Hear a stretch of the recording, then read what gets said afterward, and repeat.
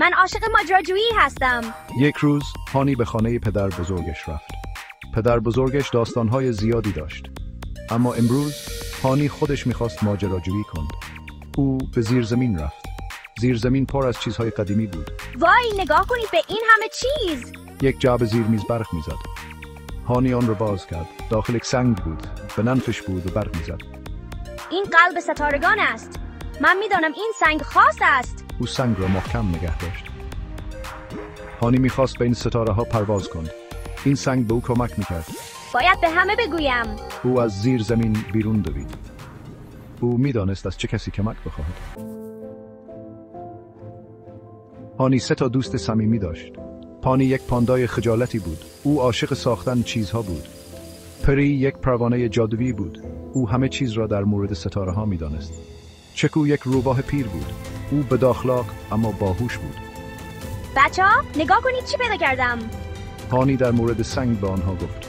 می توانیم یک ماشین ستاره‌ای بسازیم. دوستان هیجان زده شدند. این یک ماجراجویی عالی بود.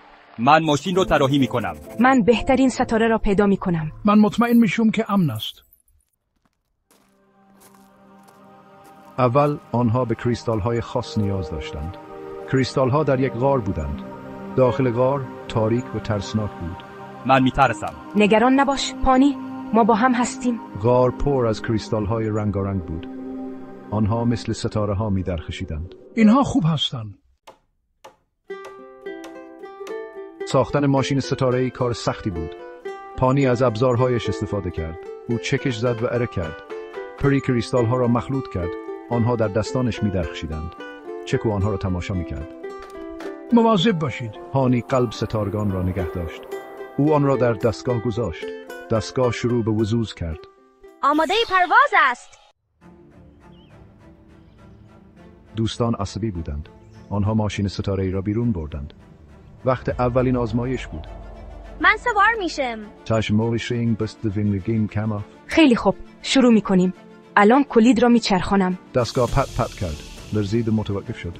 اوه نه، کار نکرد. هانی ناراحت بود. دوستانش او را بغل کردند. ناامید نشو هانی. آره میتونیم درستش کنیم. پری به قلب ستارگان نگاه کرد. چشمان آبیش برق زد. سنگ به قدرت بیشتری نیاز دارد. به چیزی خاص نیاز دارد. پری نفس عمیقی کشید. او سنگ را لمس کرد. نور در خشانی فضا را پر کرد. پری با سنگ ارتباط داشت. پری کمی بیشتر از جادویش را به دستگاه داد. حالا آماده بود.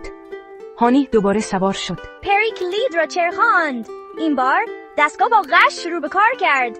از زمین بلند شد. آنها در حال پرواز بودند. هانی خندید. از پنجره بیرون را نگاه کرد. ستاره ها خیلی نزدیک بودند. مثل الماس می درخشیدند. ماشین ستاره‌ای به خانه برگشت. هانی بیرون پرید. دوستانش را بغل کرد. آنها یک ماشین ستاره‌ای واقعی ساخته بودند. آنها رقصیدند و آواز خواندند.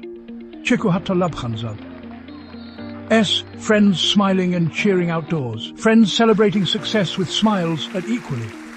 ما موفق شدیم. آنها شیرینی خوردند و شیر نوشیدند. بهترین روز زندگیشان بود.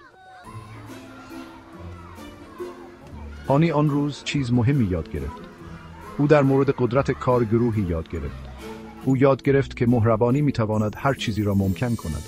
حتی پرواز به ستاره ها. مهربانی و کار گروهی قوی ترین موتورهای دنیا هستند. آنها میتوانند شما را به هر جایی که میخواهید ببرند.